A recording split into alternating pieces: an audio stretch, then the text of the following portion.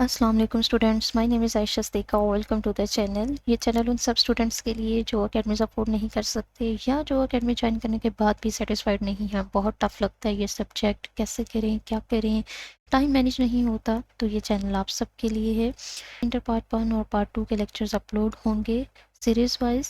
सो ये platform follow करने के बाद आपको कोई एकेडमी ज्वाइन करने की ज़रूरत नहीं है और ना ही नोट्स और की बुक्स खरीदने की कोई tension. So please subscribe the channel and share it with others. Today is our first lecture and we will discuss about the history of chemistry. क्योंकि हम केमिस्ट्री पढ़ने जा रहे हैं तो हमें थोड़ा बैकग्राउंड के बारे में पता होना चाहिए कि what is chemistry, how it was started, what is its time line and what are the contributions of Muslim scientist in this field. क्योंकि अगर हम आज अपनी इर्द गिर्द नज़र दौड़ाते हैं तो हमें हर जगह केमिस्ट्री नज़र आती है। तो हमने ये देखना है कि ऐसा फर्स्ट रिएक्शन क्या था, क्या ओरिजिन था केमिस्ट्री का, कि जिसके बाद इन्वेंशंस पे इन्वेंशंस होती चली गई और आज हमारी लाइफ केमिस्ट्री पे ही डिपेंडेंट हो गई। ठीक, अगर हम अपनी सराउंडिंग में देखें तो हमें पता चलता है कि all matter is composed of atoms. Clear, either it's living और non living. Clear, living matter, अब नॉन लिविंग की तो समझ आती है, आप कहेंगे नॉन लिविंग की तो हमें समझ आती है कि ये एटम से मिलकर बना हुआ है। How living matter is composed of atoms, जबकि हम तो बचपन से पढ़ते आ रहे हैं कि living matter is composed of cell. Yes, but cells are made up of atoms. Cells are made up of atoms.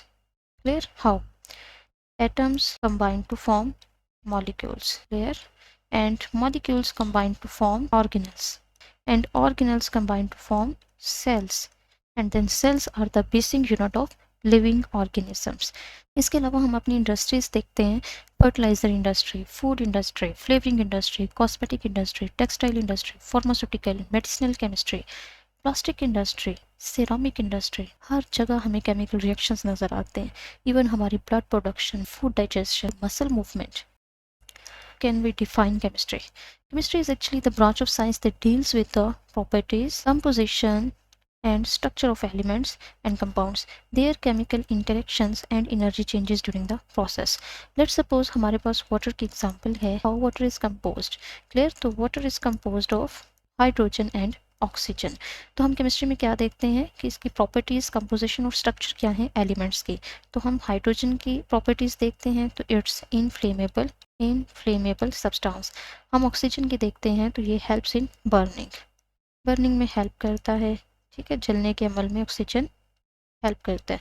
ठीक, इन दोनों के मिलने से क्या बना, वाटर।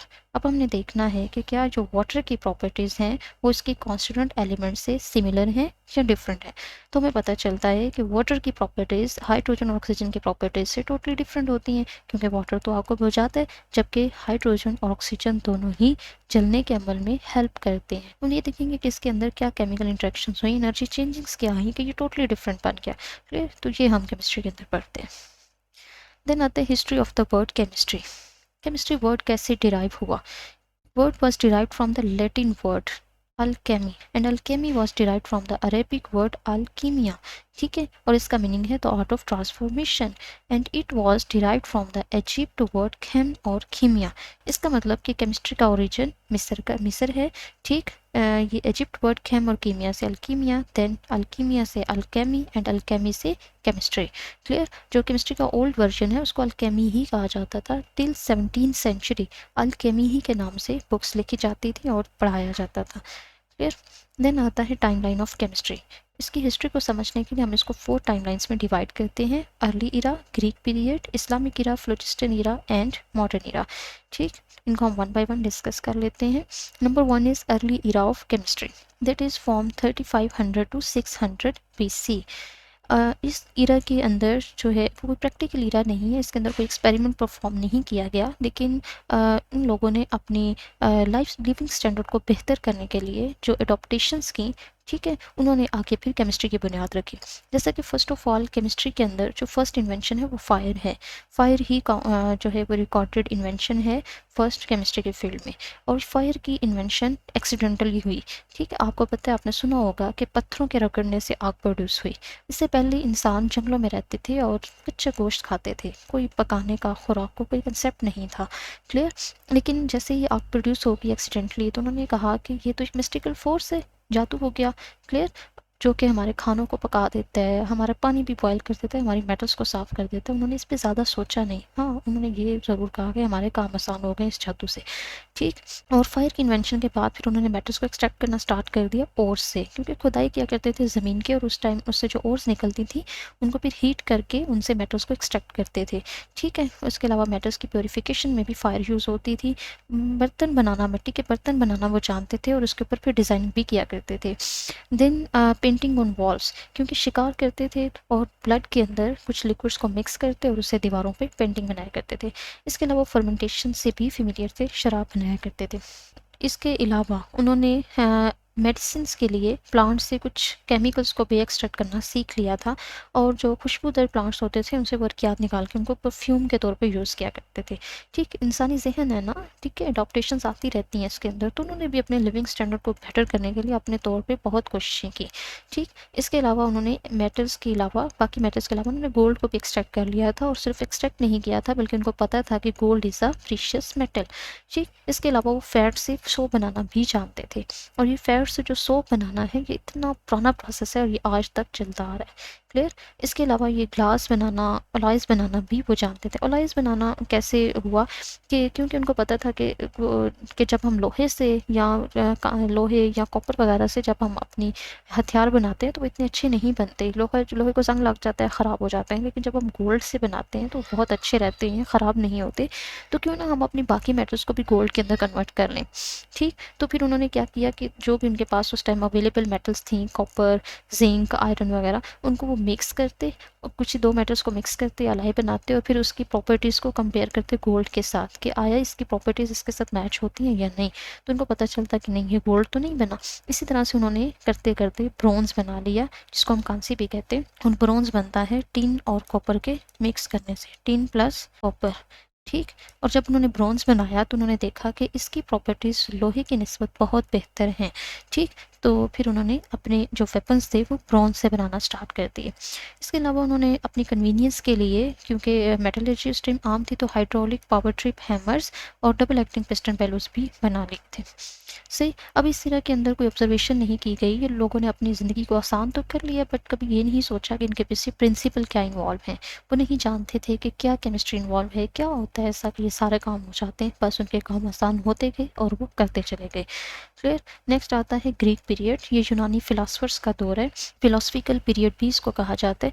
और इस पीरियड के अंदर भी प्रैक्टिकल तो परफॉर्म नहीं किए गए, एक्सपेरिमेंट्स तो नहीं किए गए, हाँ, लेकिन सोचा ज़रूर किया, ऑब्जर्वेशन ज़रूर की गई कि ये जो हमें मैटर नज़र आ रहा है इर्द गिर्द, जो डिफरेंट स्टेट्स में मौजूद होते हैं, लिक्विड, सॉलिड, गैस, ठीक है, और डिफरेंटली रिएक्ट करता है इन्वायरमेंट के अंदर, जब उसको रखा जाए तो ये कैसे हो जाता है। इसके ऊपर उन्होंने अपनी थियरीज देना स्टार्ट की, जो फिलासफर्स थे, ठीक। एंशियंट, इसके अंदर ancient Greek, Indian, Chinese philosophers आते हैं, और ये सारे ये समझते थे कि जितना भी मैटर है अर्थ के अंदर वो एयर, वाटर, अर्थ और फायर से मिलकर बना हुआ है, ठीक। सबसे पहले इनमें आते हैं एम्पेडोक्लिस। एम्पेडोक्लिस का इरा है 450 बीसी का, और ये फर्स्ट ग्रीक फिलोसफर हैं, सक़रात से पहले का इनका दौर है। और इन्होंने कहा सबसे पहले कि जो मैटर है वो 4 एलिमेंट से मिलकर बना हुआ है, जिन्हें अर्थ, फायर, एयर एंड वाटर। जितना भी मैटर है, लिक्विड, सॉलिड, गैस, कुछ भी है, वो सारा का सारा इन्हीं 4 अनासर से मिलकर बना हुआ है। और कैसे, उन्होंने फिर इसको भी एक्सप्लेन किया। उन्होंने कहा कि 2 active and opposing forces, love and strife, act upon these elements, combining and separating them into infinitely varied forms। उन्होंने कहा कि 2 ही फोर्सेज हैं, लव और स्ट्राइफ, जो इन एलिमेंट्स के ऊपर चारों एलिमेंट्स एक्ट करती हैं, इनको सेपरेट या कंबाइन करने में हेल्प करती हैं, और इस तरह से वेरिएबल फॉर्म्स ऑफ मैटर बन जाती हैं, ठीक। और इनके इसी बयान की वजह से इनको फाउंडर ऑफ रिटोरिक भी कहा जाता है, यानी कि बयानबाजी का बानी। उसके बाद आते हैं ल्यूसिपस एंड डेमोक्राइटस।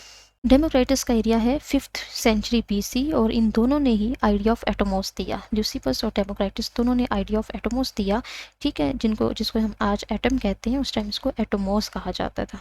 और उन्होंने कहा कि मैटर जो है वो 4 एलिमेंट से मिलकर नहीं बना, बल्कि मैटर इनडिविजिबल, इंडिस्ट्रक्टिबल पार्टिकल से मिलकर बना है, जिनको एटमोस कहा जाता है, ठीक। और उन्होंने कहा कि यूनिवर्स 2 एलिमेंट से मिलकर बनी है, Atmos and the void. Void कहते हैं स्पेसेस को, ठीक, स्पेसिस को कहते हैं कि एटमोस और वॉइड जिसके अंदर ही एग्जिस्ट करते हैं और मूव भी करते हैं।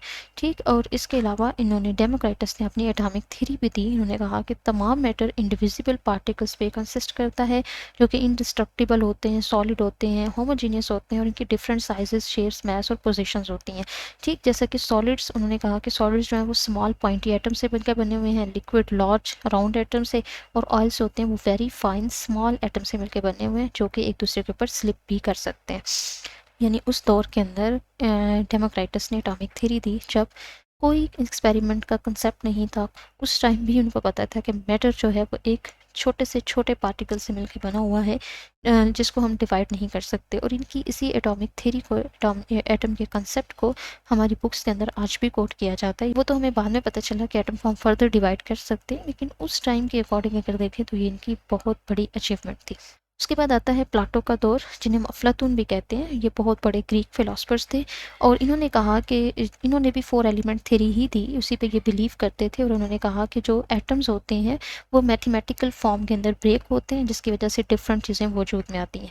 ठीक, जैसा कि फायर जो है उसकी शेप टेट्राहेड्रॉन होती है, एयर की ऑक्टाहेड्रॉन होती है, water icosahedron and earth cubic shape होती है, क्योंकि एटम्स डिफरेंट मैथमेटिकल फॉर्म्स के अंदर ब्रेक होता है। ठीक है, और इसी बेस के ऊपर फिर एलिमेंट्स की भी शेप्स होती हैं। और प्लाटो ही वो फर्स्ट फिलोसफर थे जिन्होंने एलिमेंट की टर्म यूज़ की। इससे पहले एलिमेंट का वर्ड किसी ने यूज़ नहीं किया। इसके अलावा उन्होंने ऑर्गेनिक और इनऑर्गेनिक बॉडीज़ के बारे में बहुत ज़्यादा लिखा कि ऑर्गेनिक और इनऑर्गेनिक मैटर के ओरिजिन के बारे में बताया कि इनका ओरिजिन क्या होता है, इनके अंदर डिफरेंस क्या होता है। देन आते हैं अरिस्टोटल, जिनको हम अरस्तु भी कहते हैं। और अरस्तु ने अपनी फ़िलासफ़ी की बेस पे 1000 साल तक दुनिया पे हुकूमत की है। अरिस्टो जो हैं ये स्टूडेंट हैं अफलातून के। ठीक, लेकिन इन्होंने अफलातून ही की जो एटॉमिक थ्योरी है उसको इन्होंने, एटॉमिक एक्सिस्टेंस जो है उसको इन्होंने अपोज किया। इन्होंने कहा कि नहीं, जो मैटर होता है वो एटम से मिलकर नहीं बनता, एटम की कोई एक्सिस्टेंस नहीं है, बल्कि ये 5 एलिमेंट से मिलकर बना हुआ है। ठीक, air, water, earth and ether. जो एम्पेडोक्लिस के 4 एलिमेंट्स थे उनके अंदर इन्होंने एक और एलिमेंट ऐड कर दिया, ईथर। ठीक, इन्होंने कहा कि ईथर जो होता है, ये जो एयर, वाटर, अर्थ और सॉइल हैं ये ज़मीनी मैटर को बनाते हैं, और जो ईथर होता है वो आसमानी मैटर को बनाता है, जिसके अंदर चांद, सितारे, सियारे, स्टार्स वगैरह सब आ जाते हैं, वो ईथर से मिलकर बने हुए हैं। ठीक है, 5 elements were the basic elements of world according to him. Then आता है ल्यूक्रीशियस एक्चुअली ये जो हैं ये एक पोइट थे, फिलोसफर भी थे। इन्होंने अपनी पोइट्री के थ्रू केमिस्ट्री को कन्वे करने की कोशिश की, और इन्होंने एक बुक लिखी, एक नज़म लिखी, डी रैरब नेचर, जिसको नेचर ऑफ थिंग्स भी कहा जाता है 50 पीसी के अंदर। और इसके अंदर उन्होंने प्रिंसिपल ऑफ एटोमिज्म को बयान किया, यानी ये भी एटोमिज्म पे ही बिलीव करते थे। इसके अलावा उन्होंने nature of mind and soul के बारे में बताया, सेंसेशन एंड थाट्स को इन्होंने एक्सप्लेन किया, और इसके अलावा उन्होंने बहुत ज़्यादा सेलेस्टियल और टेरेस्ट्रियल फिनोमिना के बारे में भी एक्सप्लेनेशन दी। सेलेस्टियल कहते हैं आसमानी और टेरेस्ट्रियल ज़मीनी। अब ये जो इरा था ग्रीक पीरियड, ग्रीक जो फिलोसफर्स का इरा है, इसके अंदर कोई एक्सपेरिमेंट परफॉर्म नहीं किया गया। उन्होंने मैटर के बारे में, कि मैटर कैसे बना है उसके बारे में उन्होंने थेरीज ज़रूर दी, जिसके ऊपर फर्दर स्टडीज़ हुई और फिर इन्वेंशंस होती चली गई। ठीक, तो इस लिहाज से जो ग्रीक फिलोसफर्स हैं उनका भी बहुत बड़ा हाथ है केमिस्ट्री की डेवलपमेंट के अंदर। देन स्टार्ट होता है Islamic era, that is from 722 to 1400 AD। और ये इरा असल में social, cultural, financial and scientific development का इरा है, जो कि खलीफा हारून रशीद के दौरे हुकूमत से स्टार्ट होता है। हुकूमत संभालने के बाद खलीफा ने सबसे पहला काम हाउस ऑफ विजडम की डेवलपमेंट करवाई, जिसे दुनिया की फर्स्ट लाइब्रेरी कहा जाता है बगदाद के अंदर, तो जिसने फिर साइंटिफिक डेवलपमेंट की बुनियाद रखी। इसके बाद खलीफा ने ऑर्डर किया कि क्लासिकल नॉलेज है, जितना भी दुनिया का नॉलेज है उसको अरबिक में ट्रांसलेट किया जाए। उसको ट्रांसलेट करवा के उन्होंने लाइब्रेरी के अंदर रखा, और फिर उससे लोगों ने काफ़ी फ़ायदा हासिल किया और काफ़ी ज़्यादा साइंटिफिक डेवलपमेंट हुई। और फिर 8th और 9th सेंचुरी के अंदर जो उस टाइम के ग्रेट फिलासफर्स थे जो अरबिक जानते थे, उन्होंने फिर अपनी अपनी लोकल लैंग्वेज के अंदर भी इस नॉलेज को ट्रांसलेट किया, और इस तरह से साइंस की इन्वेंशंस होती चली गई। इनमें जो कॉमन नेम है वो है Bacon in England, Albertus in Germany, Paracelsus in France, जो कि फेमस फिलासफर्स हैं 13th सेंचुरी के, जिन्होंने अल्केमी पे लिखा, क्योंकि उस टाइम केमिस्ट्री को अल्केमी के नाम से जाना जाता था। ठीक है, जो इस्लामिक इरा है उसके अंदर तकरीबन 17th या 18th सेंचुरी तक केमिस्ट्री को अल्केमी ही के नाम से जाना जाता था, और केमिस्ट को अल्केमिस्ट कहा जाता था। जो अल्केमिस्ट के मेन इंटरेस्ट थे वो थी transmutation of base metals into gold, जिसको हम फिलासफर स्टोन कहते हैं। यूँ समझ लें कि ये एक जादू की छड़ी थी, क्योंकि इन्होंने, ये जो मुस्लिम साइंटिस्ट थे, उन्होंने अपनी ज़िंदगी में वक्त कर दी सिर्फ यही इसी गोल पे कि किस तरह से बेस मेटल्स को हम गोल्ड में कन्वर्ट कर सकते हैं, अतः हम वो आज तक जो है वो बहरहाल नहीं हो सका। ठीक है, इसके अलावा उन्होंने search for elixir of life इस पे बहुत ज़्यादा उन्होंने काम किया, यानी कि आब हयात की सर्च पर उन्होंने काम किया ताकि हम एक ऐसा मशरूब बना लें जो पिए और ज़िंदगी लंबी हो जाए। ठीक, अल्केमी जो है वो अनसक्सेसफुल रही नेचर ऑफ मैटर एक्सप्लेन करने में, उसकी ट्रांसम्यूटेशन, लेकिन ऐसे ऐसे एक्सपेरिमेंट्स किए गए और जो रिजल्ट्स रिकॉर्ड किए गए उन्होंने जो है वो एक मॉडर्न केमिस्ट्री के लिए स्टेज सेट कर दी। ठीक, उसके लिए उन्होंने रास्ते आसान कर दिए। फर्स्ट जो साइंटिस्ट है मुस्लिम, उनमें आता है जाबिर बिन हयान का नाम, जो कि फादर ऑफ केमिस्ट्री भी जिनको कहा जाता है, और ये इमाम जाफ़र सादिक रहमतुल्लाह अलैह जो है उनके शागिर्द हैं। और इमाम जाफ़र सादिक वो पहले शख्स थे जिन्होंने अरिस्टोटल थ्योरी ऑफ 4 एलिमेंट्स को डिनाई किया, और उन्होंने कहा कि मैं हैरान हूँ कैसे अरिस्टोटल जैसा बंदा ये कह सकता है कि मैटर 4 एलिमेंट से मिलकर बना है, जबकि अर्थ जो है वो एक एलिमेंट नहीं है बल्कि एलिमेंट्स का एक मजमूआ है। जाबिर बिन हयान ने systematic classification of substances introduce करवाई। इसके अलावा 3000 बुक्स के राइटर हैं, और इनकी सबसे फेमस बुक जो है वो एलिमेंट्स ऑफ केमिस्ट्री है, जो आज भी यूरोप में मौजूद है और पढ़ी जाती है। इसके अलावा उन्होंने जो है वो फर्स्ट केमिस्ट थे जाबिर बिन हयान, जिन्होंने एक्सपेरिमेंटल केमिस्ट्री की बुनियाद रखी। इन कंबस्टिबल पेपर की ईजाद भी इन्हीं का कारनामा है। और इन्होंने जो है कुछ लैब इंस्ट्रूमेंट्स भी इंट्रोड्यूस करवाए, जिनके अंदर फ़नल है, क्रूसिबल और रिटॉर्ट है। ये जो है ये रिटॉर्ट है, और रिटॉर्ट का काम जो है वो ये था कि उन्होंने इसको इस तरह से डिज़ाइन किया कि इसके एक पार्ट के अंदर सब्सटेंस को हीट किया जाता और उसके वेपर्स को दूसरे पार्ट में इकट्ठा किया जाता, और फिर इसको यहाँ से जो है वो ठंडा कर लिया जाता, और इसको वेपर्स जब कंडेंस हो जाते तो उनको टेस्ट किया जाता कि ये वेपर्स इनकी प्रॉपर्टीज़ क्या हैं। ठीक है, इसके अलावा जो है जाबिर बिन हयान ने एक्वारीचा की भी प्रोडक्शन की। एक्वारीचा जो है वो होता है 1:3 के अंदर nitric acid and hydrochloric acid, और इसको मिक्स करके जो लिक्विड बनता है उसको रॉयल वाटर कहते हैं, और अपने अंदर ये हर चीज़ को डिज़ोल्व कर लेता है, प्रीशियस मेटल्स को भी इवन डिज़ोल्व कर लेता है। और ये भी एक जो स्टेप था ये इसी वजह से था कि ये जो है फिलॉसफर स्टोन की सर्च करना चाह रहे थे। इसके अलावा उन्होंने कुछ केमिकल सब्सटेंसेस को प्रिपेयर किया, जिनमें sulphuric acid, nitric acid, arsenic acid हैं, और इसके अलावा बहुत सारे जो केमिकल प्रोसेसेस जो आज भी यूज़ हो रहे हैं, filtration, crystallization, distillation and calcination, वो भी जाबिर बिन हयान ने ही एक्सप्लेन किए। देन आते हैं अल खालिका एंड अल किंदी। सर अल खालिका ने एक बुक लिखी सीक्रेट ऑफ क्रिएशन, ठीक, जो कि नेचुरल फिलोसफिकल इंसाइक्लोपीडिया है असल में, और इस बुक में वो लिखते हैं कि सारे का सारा जो जितनी भी जो मेटल्स हैं उन सब के अंदर सल्फर और मरकरी की कुछ ना कुछ प्रॉपर्टीज़ मौजूद होती हैं। ठीक है, अलकिंदी जो है वो ओपोनेंट थे अल्केमी के। उन्होंने कहा कि ऐसा नहीं हो सकता कि हम बेस मेटल्स को जो प्रीशियस मेटल्स के अंदर ट्रांसमिट कर ले, ऐसा पॉसिबल नहीं है। इसके अलावा अलकिंदी ने एक बुक लिखी केमिस्ट्री ऑफ परफ्यूम्स, जिसके अंदर उन्होंने 107 रेसिपीज़ बताई डिफरेंट सेंट्स की, और ये उस टाइम उनकी एक बिग अचीवमेंट थी। उसके बाद आते हैं अल राज़ी, जिनका पूरा नाम मोहम्मद बिन ज़करिया अल राज़ी है, और ये एक इन्फ्लुएंशियल मुस्लिम केमिस्ट थे, जिन्होंने first of all experimentally Aristotle theory of 4 elements और गैलेंस थ्योरी ऑफ ह्यूमरिज्म को रॉन्ग प्रूव किया। ठीक है, इसके अलावा अल राज़ी ने एक्सपेरिमेंटली ये बताया कि मेटल्स की कुछ प्रॉपर्टी मैटर की कुछ प्रॉपर्टीज़ होती हैं, ऑयलीनेस, इन्फ्लेमेबिलिटी एंड सॉलिनिटी, जिन्हें हम 4 एलिमेंट थ्योरी के बेस पे एक्सप्लेन नहीं कर सकते। इसके अलावा उन्होंने 20 से ज़्यादा लैब इंस्ट्रूमेंट्स भी इंट्रोड्यूस करवाए। अल राज़ी वो फर्स्ट साइंटिस्ट थे जिन्होंने डिस्टिलेशन ऑफ पेट्रोलियम पे काम किया और एंटीसेप्टिक्स प्रोड्यूस की। इसके अलावा केरोसिन और केरोसिन ऑयल और केरोसिन लैम्प की प्रोडक्शन भी इन्हीं का कारनामा है। सोप बार्स को इन्होंने बनाया और मॉडर्न रेसिपीज ऑफ सोप भी सजेस्ट की। इसके अलावा उन्होंने न्यूमरस केमिकल प्रोसेसेस के बारे में बताया, जिनमें सब्लिमेशन सबसे टॉप पे है। उस टाइम उनके जो हम असर थे या उनके साथी जो थे, उनका ये मानना था कि जो अल राज़ी है उनको ये सीक्रेट मिल गया है कि किस तरह से कॉपर को गोल्ड में कन्वर्ट किया जा सकता है, जबकि वो अपनी बुक सीक्रेट ऑफ सीक्रेट के अंदर लिखते हैं कि मैंने अल्केमी को अच्छे तरह से समझ लिया है और उसकी कैरेक्टरिस्टिक प्रॉपर्टीज़ जो हैं मेटल्स की, उनके ऊपर भी बहुत बहुत ज़्यादा काम किया है, लेकिन मैं अभी तक ये नहीं जान सका कि किस तरह से कॉपर को गोल्ड के अंदर कन्वर्ट किया जा सकता है, और मुझे इसका कोई आंसर नहीं मिला और मैं हैरान हूँ। मुझे शक है कि ऐसा पॉसिबल भी है या नहीं। फिर आते हैं अविसीना एंड अल-बिरूनी। अविसीना, जिन्हें इब्ने सीना भी कहा जाता है, अविसीना अल-बिरूनी जो है ये बहुत बड़े साइंसदान थी कि इन्होंने कन्वर्जन ऑफ मैटर्स को डिनाई किया। सेकंड वन, इन्होंने डेंसिटीज ऑफ अल-बिरूनी ने densities of substances find out की।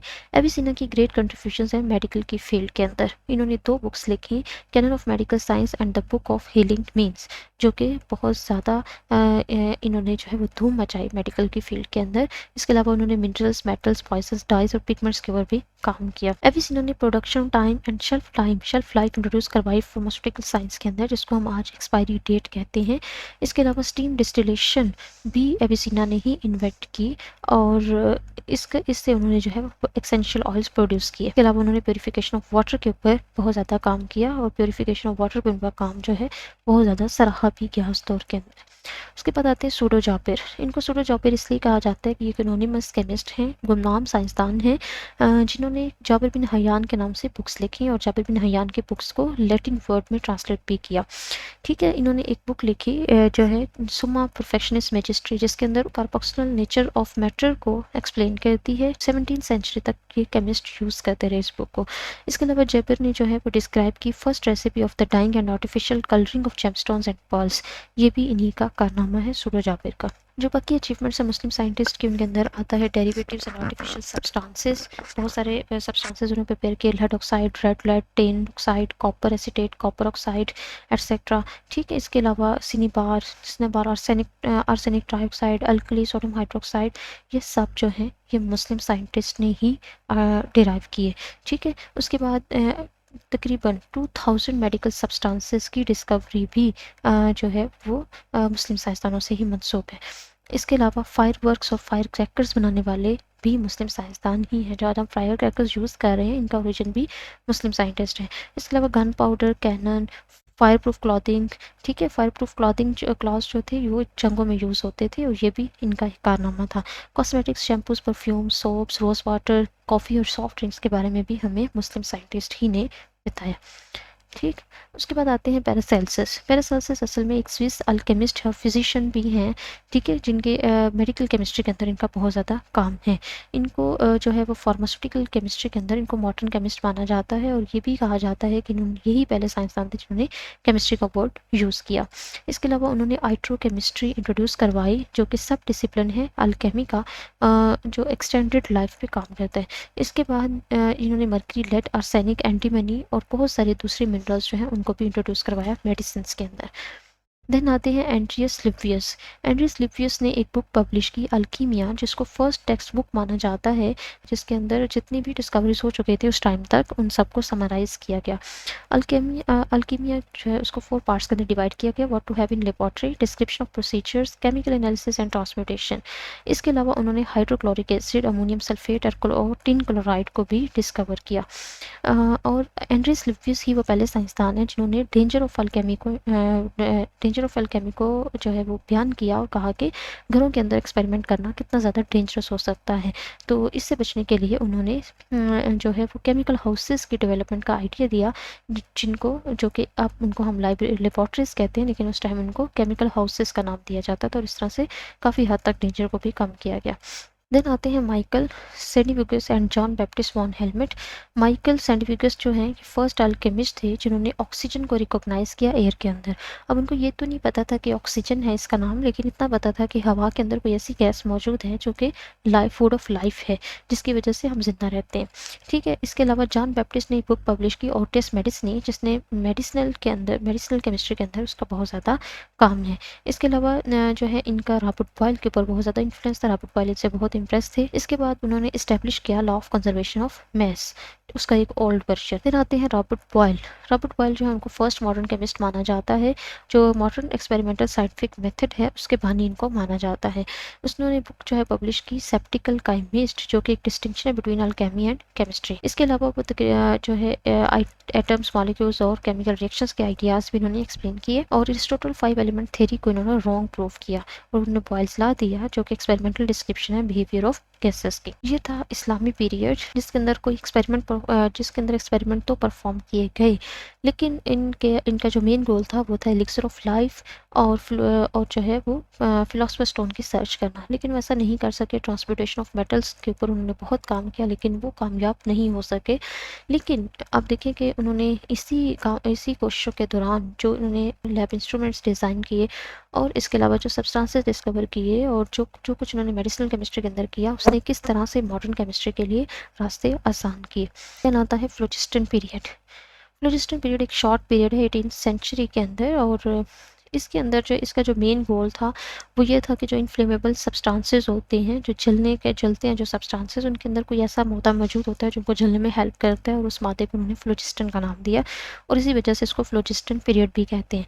और उस टाइम के जो साइंटिस्ट थे उनकी सारी कोशिशें सिर्फ इसी पे लगी हुई थी कि हम ये चीज़ प्रूव करें कि किस तरह से एक फ्लेमेबल सब्सटेंस के अंदर फ्लोजिस्टन मौजूद होता है। ठीक है, और फ्लोजिस्टन वाला जो कंसेप्ट है ये जोसेफ प्राइसले ने अडॉप्ट किया और फिर इसके ऊपर सारी ज़िंदगी वो लगा रहा इसी को प्रूव कर। ठीक है, और तकरीबन जितने भी केमिकल रिएक्शन उस टाइम प्राइसले ने स्टडी किए या बाकी उसके जो कंटेम्प्रेरीज थे उन्होंने स्टडी किए, उन सब के अंदर ऑक्सीजन इन्वॉल्व थी, जिनके अंदर कुछ कॉमन रिएक्शंस ये हैं। चारकोल का रिएक्शन करवाया गया एयर के साथ, जिससे फिक्स्ड एयर और फ्लोजिस्टिकेटेड एयर निकले। ठीक है, फिक्स्ड एयर कहा जाता है कार्बन डाइऑक्साइड को, और साथ में फ्लोजिस्टिकेटेड एयर निकली। ठीक है, यानी कि इसमें से चारकोल से फ्लोजिस्टन निकला, एयर के अंदर चला गया और एयर क्या हो गई, फ्लोजिस्टिकेटेड एयर हो गई। और चारकोल जो है क्योंकि इससे फ्लोजिस्टन निकल चुका है तो अब ये फर्दर जो है वो जल नहीं सकती, तो ये कार्बन डाइऑक्साइड में कन्वर्ट हो गई, यानी जो गैस बनी वो आग बुझाने के काम आती है। उसके बाद आते हैं मेटल और एयर को जब मिलाया गया तो उससे कैलक्स बना, कैलक्स जिसको हम आज मेटल ऑक्साइड कहते हैं। ठीक है, वो बना और साथ में फ्लोजिस्टिकेटेड एयर बने। कैलक्स जो बना वो उन्होंने कहा कि ये अगेन मेटल के अंदर कन्वर्ट नहीं हो सकता, ना ही इसको आग लग सकती है क्योंकि इसके अंदर फर्दर फ्लोजिस्टन मौजूद नहीं है। लेकिन जब कैलक्स को चारकोल के साथ रिएक्ट करवाया गया तो वो अगेन जलने लगा। ठीक है, तो फिर उन्होंने कहा कि अच्छा ये हुआ होगा कि चारकोल क्योंकि फ्लोजिस्टन रिच मटेरियल है, इस वजह से उसने अपना फ्लोजिस्टन कैलक्स को डोनेट किया है, जिसकी वजह से कैलक्स जो है वो बर्न हुआ है और अगेन उससे मेटल बनी है। ठीक है, फिर जब मेटल को वाटर के साथ रिएक्ट करवाया गया तो अगेन कैलक्स बनी और साथ में इनफ्लेमेबल एयर बनी, यानी कि हाइड्रोजन बनी। अब ये उस टाइम ये नहीं जानते थे कि ये हाइड्रोजन गैस है, लेकिन इस अमल के दौरान जो उन्हें गैस मिली वो जलने में हेल्प करती थी। उसके बाद इनफ्लेमेबल एयर को जब डीफ्लोजिस्टिकेटेड एयर के साथ मिक्स किया गया, इनफ्लेमेबल एयर को जब डीफ्लोजिस्टिकेटेड एयर के साथ मिलाया गया तो वाटर बना। अब ये डीफ्लोजिस्टिकेटेड एयर जो है वो कहाँ से आ गई, क्योंकि ऑक्सीजन हमें पता है कि बर्निंग प्रोसेस में हेल्प करती है, तो उन्होंने कहा कि क्योंकि हवा ने अपना फ्लोजिस्टन जो है वो उस मटीरियल को दे दी है जो जल रहा है, तो अब हवा के पास तो फ्लोजिस्टन नहीं रहा, इसलिए ये एयर जो है डीफ्लोजिस्टिकेटेड एयर हो गई। लेकिन हमें तो पता है ना कि वो ऑक्सीजन है। ठीक है, तो इनफ्लेमेबल एयर यानी हाइड्रोजन को जब ऑक्सीजन के साथ मिलाया गया तो क्या बना, वाटर बना। ठीक है, अब ये प्राइसले जो है ये बहुत हैरान हुआ इस एक्सपेरिमेंट के बाद और वो जो क्या सीधा लिवाइजर के पास। ठीक है, एंटोनी लिवाइजर के पास, और उसने उसको अपनी सारी स्टोरी सुनाई किस तरह से मैंने डीफ्लोजिस्टिकेटेड एयर जो है उसको एक्सट्रैक्ट किया है, और जब मैंने उसको इनफ्लेमेबल एयर के साथ मिलाया तो वो तो वाटर बन गया। अब उस टाइम ये हुआ कि एंटोनी लिवाइजर जो है उसने एक बैलेंस इन्वेंट कर लिया हुआ था जो कि वेट कर सकता था एक्यूरेटली अप टू 0.005 ग्राम तक।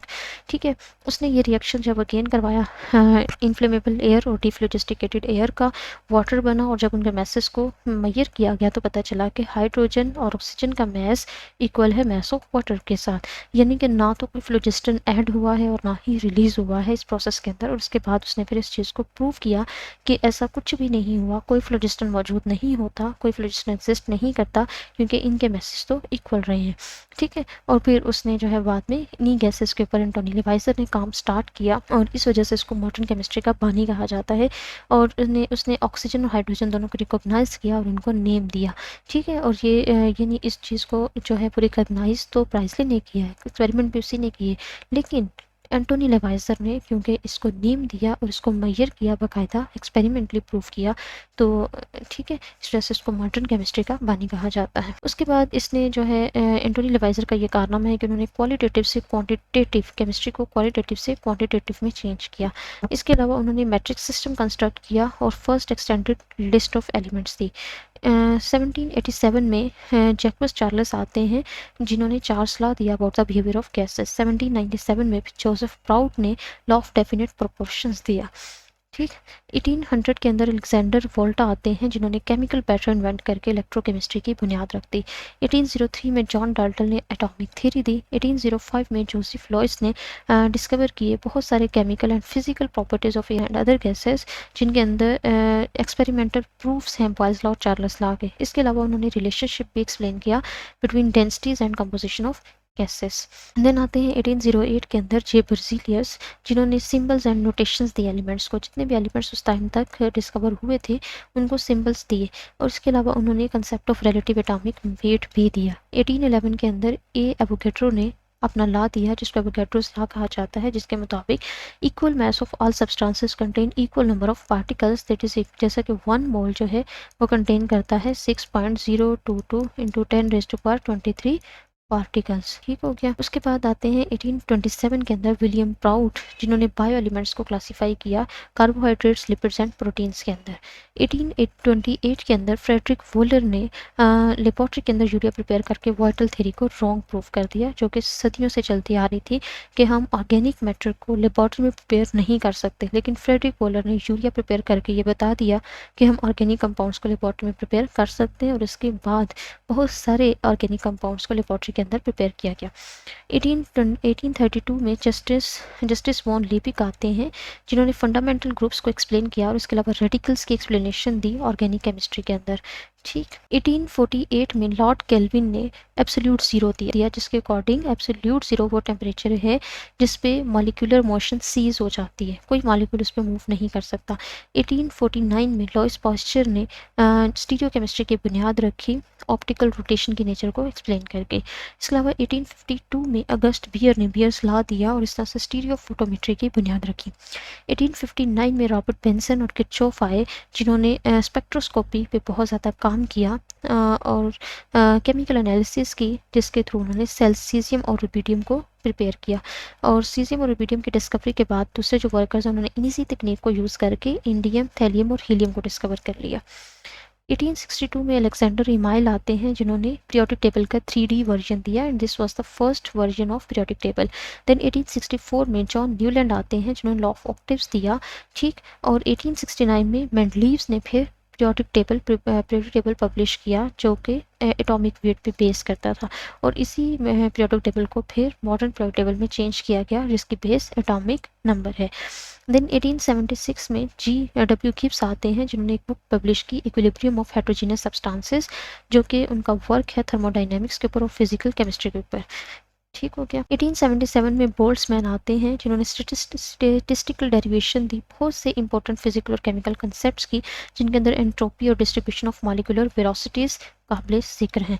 देन 1883 में आर्हीनियस ने आयन थ्योरी डेवलप की, जिसके अकॉर्डिंग जो है इलेक्ट्रोलाइट्स किस तरह से कंडक्टिविटी कर सकते हैं, ये उन्होंने एक्सप्लेन किया। 1884 के अंदर एक ग्रेट फिजिकल केमिस्ट हैं J.H. वॉन होफ, ठीक है, जिन्होंने अपनी बुक पब्लिश की, जो कि एक सेमिनल स्टडी है केमिकल काइनेटिक्स की। ठीक है। और ये फर्स्ट नोबेल प्राइज़ विनर हैं इन केमिस्ट्री। इनका जो कारनामा था वो ये था कि इन्होंने graphical representation the chemical kinetics की, और इस तरह से ऑर्डर ऑफ रिएक्शन कैलकुलेट करना सिखाया। 1884 में हेनरी लॉइस ली चटलियर जो है, उन्होंने ली चटलियर्स प्रिंसिपल दिया और इस तरह से डायनेमिक इक्विलिब्रियम की बुनियाद रखी। 1885 में गोल्डस्टीन ने कैथोड रेज डिस्कवर की, और 1886 में इन्होंने एनोड रेज यानी कि कैनोड रेज भी डिस्कवर कर ली। 1894 में विलियम रामसे आते हैं, जिन्होंने नोबल गैसेस डिस्कवर की, और इस तरह से जो बिग गैप था पीरियोडिक टेबल के अंदर वो भी फिल हो गया। 1897 में J.J. थॉमसन आते हैं, जिन्होंने charge to mass ratio introduce करवाई इलेक्ट्रॉन्स की। देन 1898 में मैडम मैरी क्यूरी ने रेडियम और प्लोनियम आइसोलेट करके रेडियो केमिस्ट्री की बुनियाद रख दी और मेडिसिनल केमिस्ट्री के अंदर एक धमाका कर दिया। ठीक। कैंसर की ट्रीटमेंट के अंदर इनकी बहुत सा बड़ी अचीवमेंट है, बल्कि कैंसर का ट्रीटमेंट स्टार्ट ही मैडम मैरी क्यूरी से होता है। देन 1900 में मैक्स प्लांक आते हैं, जिन्होंने क्वांटम थ्योरी दी और इस तरह से एमिशन और एब्जॉर्प्शन ऑफ रेडिएशन के बारे में उन्होंने एक्सप्लेनेशन दी। अर्नस्ट रदरफोर्ड आते हैं, जिनको हम फादर ऑफ न्यूक्लियर फिजिक्स भी कहते हैं, जिन्होंने अल्फ़ा, बीटा और गैमा रेज को नेम दिए। ठीक है। और रेडियो एक्टिविटी के बारे में हमें बताया, जो कि उस टाइम इतना जो है इतना पता नहीं था इस बारे में। रदरफोर्ड ने फिर डिफ्लेक्ट किया अल्फा रेज को इलेक्ट्रिक और मैग्नेटिक फील्ड के थ्रू इन 1903 के अंदर, और बताया कि ये किस तरह से डिफ्लेक्ट होती हैं। देन 1911 में रदरफोर्ड ने ही प्रपोज किया atomic structure bye scattering alpha particles. ठीक है। अल्फा पार्टिकल्स की स्कैटरिंग से उन्होंने एटॉमिक स्ट्रक्चर एक्सप्लेन किया, जो कि आपको पता भी रदरफोर्ड एटॉमिक मॉडल।